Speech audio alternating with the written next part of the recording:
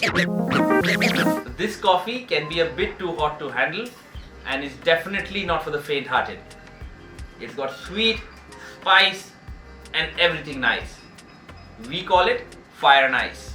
So what we do is take some chili and mix in some honey in it.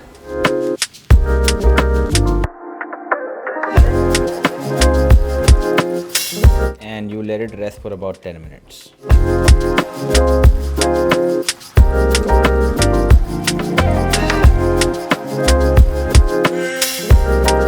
So if you don't have an espresso machine at home, you can also use a very potent shot of coffee, or if you're a little easier, even fast fuel will do. You pass it through a sieve into a shaker. Okay, add in a bit of ice, 2 shots of espresso,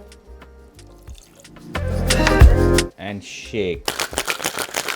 So fill in a tall glass with ice and add in your spiced honey coffee. Top it up with some milk.